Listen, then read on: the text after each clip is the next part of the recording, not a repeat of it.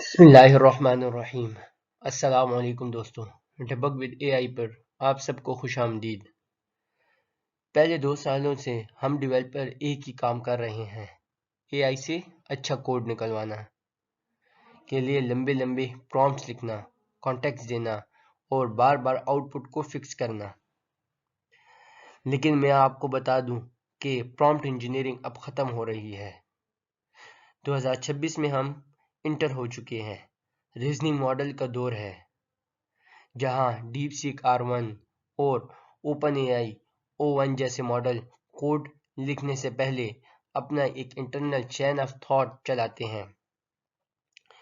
यानी वो पहले सोचते हैं, खुद को डिबग करते हैं और फिर आपको 100% एक्यूरेट कोड देते हैं। आज हम इस प्योर रिवॉल्यूशन का पोस्टमार्टम करेंगे। वीडियो शुरू करने से पहले मैं आपसे कहूंगा कि मेरे चैनल को सब्सक्राइब करें, बेल आइकन को प्रेस करें और वीडियो को लाइक, शेयर और कमेंट जरूर करें। चलिए बात करते हैं प्रॉब्लम विद लेगेसी एलएलएम। पहले मसले को समझें। जो पुराने कंप्लीशन मॉडल थे, उनका काम सिर्फ अगला वर्ड प्रिडिक्ट करना था, ना कि कोई सही कोड देना। अगर आपका एल्गोरिथम कॉम्प्लेक्स होता था तो वो कंफ्यूज हो जाते थे और हमारे पास बग आते थे। फिर डेवलपर घंटों लगाते थे प्रॉम्प्ट को मॉडिफाई करने में। बाई डेटा को इस तरह मैप करो, एरर्स इस तरह हैंडल करो। ये वर्कफ्लो बहुत थका देने वाला और अनस्केलेबल था। फिर आया टेस्ट टाइम कंप्यूट। फिर आते हैं टेस्ट टाइम कंप्यूट।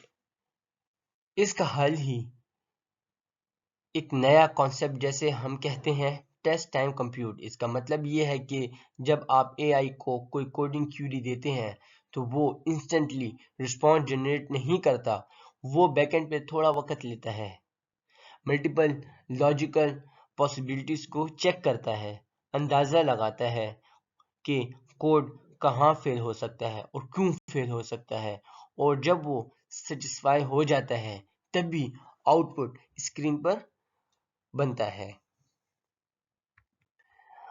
अगला है inside the chain of thoughts.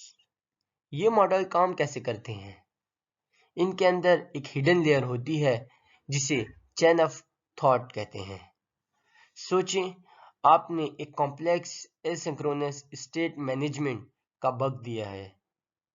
AI पहले सोचेगा, अगर मैं ये फंक्शन रन करूंगा तो रेस कंडीशन पैदा हो सकती है। Let's try another way. नहीं, इसमें मेमोरी लीक होगा। Let's use clean up hooks. ये पूरी सेल्फ डिबगिंग वो आउटपुट देने से पहले खुद कर लेता है।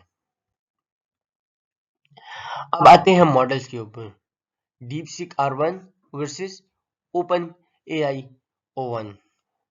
इस वक्त मार्केट में दो बड़े किंग हैं, डीपसीक R1 और open AI O1 O3 series. Open AI O1 top priority है, बहुत पावरफुल है लेकिन एक्सपेंसिव है। दूसरी तरफ डीपसीक R1 ओपन सोर्स है, जिसे आप लोकल मशीन पर भी ऑप्टिमाइज कर सकते हैं। दोनों की कोडिंग कैपेबिलिटीज ने नॉर्मल सॉफ्टवेयर इंजीनियरिंग के स्टैंडर्ड को काफी बढ़ा दिया है।